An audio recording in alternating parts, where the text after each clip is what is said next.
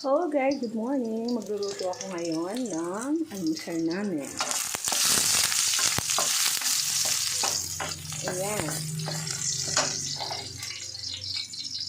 So, yan lang po yung lalagay ko. Kamatis, manok, na sinimay, at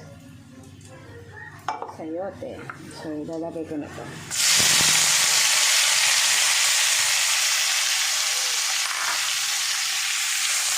Bibisa ko ng kamatis. Wala ka siyempre.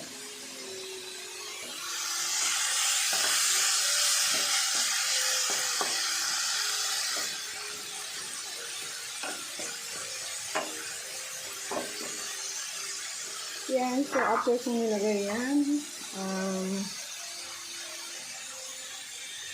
ito. Lalagay ko ng sayote. Para sabay-sabay na lumambot.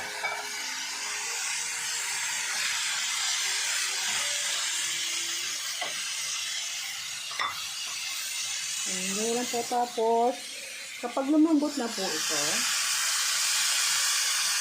ilalagay ko na po